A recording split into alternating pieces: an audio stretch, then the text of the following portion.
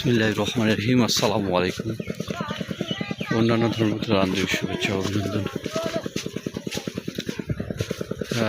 এখন আপনাদেরকে দেখার চেষ্টা করছি।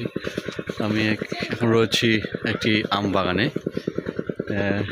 দেখানোর চেষ্টা করছি যে এই আম বাগানে কী পরিমাণ গাছে মূল আসছে, কল্পনার বাইরে আমি যাইতে পারতেছি না। মানে প্রচুর পরিমাণ গাছে মূল আসছে।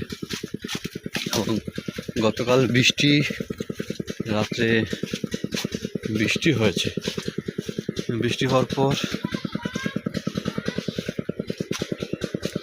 এখন বৃষ্টি হয়েছে, এর ফলে মাটি ভিজা থাকার কারণে যেতে আমার সমস্যা হচ্ছে।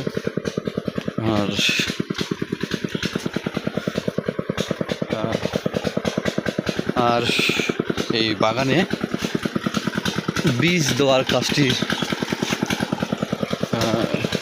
বীজ দেওয়ার জন্য ব্যস্ত সময় বার করছি।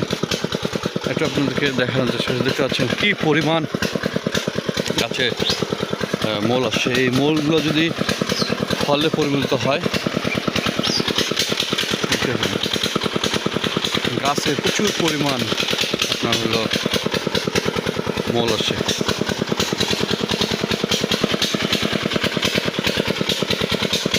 তো দেখাই আপনাদেরকে, দেখার চেষ্টা করছি যে দেখতে পাচ্ছেন যে ছোটো ছোটো গাছ, যে এই গাছটাতে কি পরিমাণ ফুল আসছে এবং যদি ফলে পরিণত হয় দেখারই মতন একটি হবে। আর এই মুহূর্তে বাগানের স্প্রে দেওয়ার কাজ করতেছেন, গাছের পরিচর্যার কাজে ব্যস্ত সময় পার করছেন। আর এতে করেই এটি মূল ধরে রাখার জন্য প্রাথমিক যে কাজগুলো আপনার হলো পরিচর্যা, সেটি ব্যস্ত সময় পার করছে। আর এটি করার সাথে সাথেই গাছের ফলগুলো সেট হয়ে যাবে।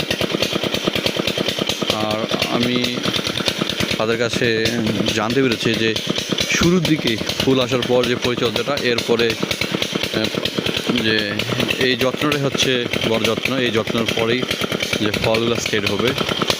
আর এই ফলটাকে সেট ধরে রাখার জন্য এই পরিচর্যা না করলেই বিশাল বড় ক্ষয়ক্ষতি। আর এতে করে একজন কৃষক তিনি গাছের পরিচর্যা করতেছে। আপনাদেরকে এরপরে আপডেট দেব যে গাছের এখন যে ফলগুলো ধরার সময় সেটি কতটুকু সেট হলো, সেই তথ্যটি আপনাদেরকে দেখানোর চেষ্টা করব।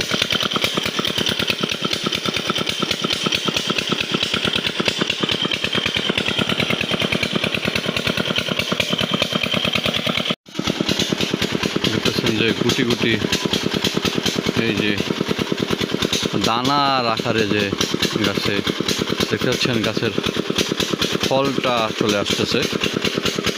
প্রতিটা গাছে এ ধরনের দানা দানা গুটি গুটি চলে আসছে।